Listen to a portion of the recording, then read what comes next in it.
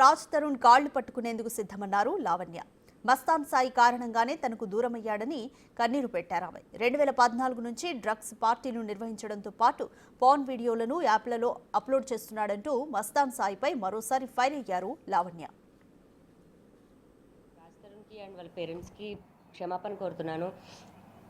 నా పైన ఆయన ఒక డ్రగ్ కేసు రాజ్ తరుణ్ చేయించాడు అనే ఒకే కారణంతో అండ్ ఇంటికి వచ్చేసరికి అతను ఇంట్లో లేకపోవడంతో నాకు దూరం అయిపోతున్నాడు అనే ఒక్క భయంలో రాజ్ తరుణ్ పైన కేసు పెట్టాను.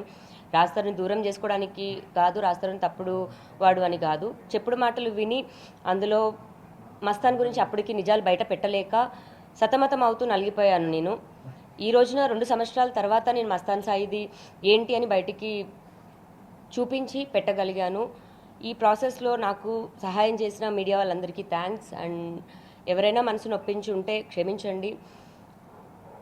ఇప్పటితో ఈ గొడవని, ఇష్యూస్ని అన్నీ వదిలేద్దాం అనుకుంటున్నాను. ఎటువంటి ఏదున్నా సరే మస్తాన్ సాయి పైన ఉన్నటువంటి కేసులు నేను లీగల్గా ఫైట్ చేసుకుంటాను, కోర్టులో చూసుకుంటానండి. దయచేసి ఇంకా ఎటువంటి యూట్యూబ్ ఛానల్స్లో కూడా నేను నా సెల్ఫ్ కన్ఫెస్ చేసుకున్న తర్వాత కూడా యూట్యూబ్ ఛానల్లో లావణ్య అలాంటిది అని ఆడియో కాల్స్ తీసుకొచ్చి బయట పెడుతున్నారు. మస్తాన్ సాయి హార్డ్ డిస్క్ లేదా ఎవిడెన్సెస్ కలెక్ట్ చేసుకునే ప్రాసెస్లో నేను ఏదైనా చేసి ఉండొచ్చు, బట్ నా మెయిన్ కారణం మస్తాన్ సాయిది బస్ చేయడమే. అతను వీడియోస్ ఎందుకు చేస్తున్నాడు, ఆ వీడియోస్ చేయగల ప్రధాన కారణం ఏంటి, అవి ఎక్కడ అప్లోడ్ అవుతున్నాయి, రెడ్ ప్లే యాప్ ఏంటి, రెడ్ ప్లే యాప్లో అతను ఇలా ప్రైవేట్గా తీసిన వీడియోస్ అన్నీ అందులో ఎందుకు అప్లోడ్ చేస్తున్నాడు, మెయిన్ అది బయటికి రావాల్సింది పోయి మళ్ళీ తిరిగి ఇందులో లావణ్య చుట్టే తిరుగుతుంది. నేను మస్తాన్ సాయి దగ్గర తనతో సహా 44 మంది అమ్మాయిల నగ్న వీడియోలు ఉన్నాయంటూ మరో బాంబు పేల్చారు లావణ్య. అతని వేధింపులు తట్టుకోలేక 4 అమ్మాయిలు విదేశాలకు వెళ్లిపోయారని చెప్పారు. మస్తాన్ సాయి నుంచి తనకు ప్రాణహాని ఉందన్నారు. Mastan Sai case 376 last year 2023లో అయిందండి. నేను రాజ్ తరుణ్ది ఈ ఇయర్ పెట్టుకున్నాను కేవలం ఇంట్లో నుంచి అతను వెళ్ళిపోయాడని. ఇంట్లో నుంచి వెళ్ళిపోవడానికి ప్రధాన కారణం అంటే అతనికి మస్తాన్ సాయి వీడియోస్ ఇదంతా తెలిసినప్పటికీ డ్రగ్ కేసు అని ఒక్కటి రావడంతో రాజ్ తరుణ్ వెళ్ళిపోయాడు. సో ఆ ఒక్క కేసుది మాత్రమే నాకు నిజం ఏంటని తెలిసింది, అది రాజ్ తరుణ్ కాదు అని తెలిసింది. రాజ్ తరుణ్ పైన తీసుకుంటున్నాను.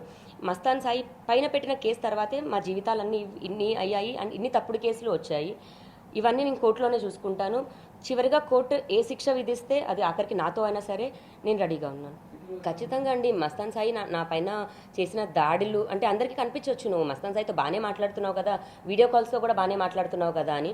నా పైన ఎంతైతే దాడి జరిగిందో అది నా ఒక్కదానికే తెలుసు. నేను హాస్పిటల్కి వెళ్ళాను, అన్ని వాటిల్లో ఎమ్మెల్సీ కూడా చేయించుకున్నాను. నా ఒంటిపైన దెబ్బలు ఇప్పటికీ క్రూరంగానే ఉన్నాయి. అండ్ అవి కోపంతో కొట్టే దెబ్బలు కాదు, ఒక మనిషిని హతమార్చాలని చేసిన దెబ్బలే. అంటే డబ్బులు అందరికీ ఉంటాయి, ఆ డబ్బులు ఎవరి వాళ్ళ లగ్జరీ లైఫ్నో లేకపోతే వాళ్ళు బెటర్ లైఫ్ని లీడ్ చేయడానికి యూజ్ చేసుకుంటే బాగుంటుంది. అవతల అంతం చేయడానికి లేకపోతే అవతల కరెక్ట్ మాట్లాడితే తప్పు అని నన్ను చంపేస్తారు అన్నదానికి యూజ్ చేస్తున్నారు. గుంటూరులో నేను కేసు పెట్టినప్పుడు 20 మంది అటాక్కి వచ్చారు, నువ్వు గుంటూరు ఎలా దాడతావు అని. నేను కేసుకి కానీ వాయిదాకి కానీ ఎలా వెళ్ళగలను నాకు ఇంత ప్రాణహాని ఉన్నప్పుడు.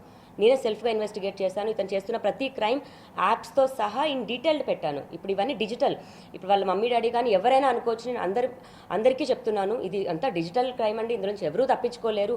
అతను చేసిన యాప్ ఇప్పుడు అతను సర్వర్ డౌన్ చేసినప్పటికీ అందులో నుంచి అతను అప్లోడ్ చేసిన ప్రతి వీడియో అతను తప్పించుకోలేడు. వాళ్ళ మమ్మీ డాడీ వచ్చి మా కొడుకు ఇది చేయలేదు, అందులో మా కోడలిది ఉంటుంది, అతని గర్ల్ ఫ్రెండ్ ఉంటుంది బహిరంగ వాళ్ళే చెప్తున్నారు. ఆ 2 అమ్మాయిలదే ఉంటే మీరు ఏం చెప్పినా నేను సిద్ధంగా ఉంటాను. నేను నా కళ్ళతో చూసింది 44 మంది అమ్మాయిలు. నేను హార్డ్ డిస్క్ కానివ్వండి, నా దగ్గరున్న నేను చూసిన వాటిలో మాత్రం నగ్నంగా అమ్మాయిలకి తెలియకుండా చేసిన వీడియోలు 15 మంది అమ్మాయిలవి రెడీగా ఇప్పటి వరకు అయితే అయ్యాయి. బట్ 44 మంది అండి, 2500కి పైగా వీడియోలు.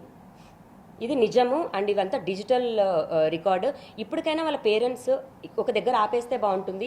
ఈ రోజుకి కూడా గుంటూరులో నా పైన ఇంకా కేసులు పెట్టించడానికి చూస్తున్నారు. అది ఎంతవరకు కరెక్ట్?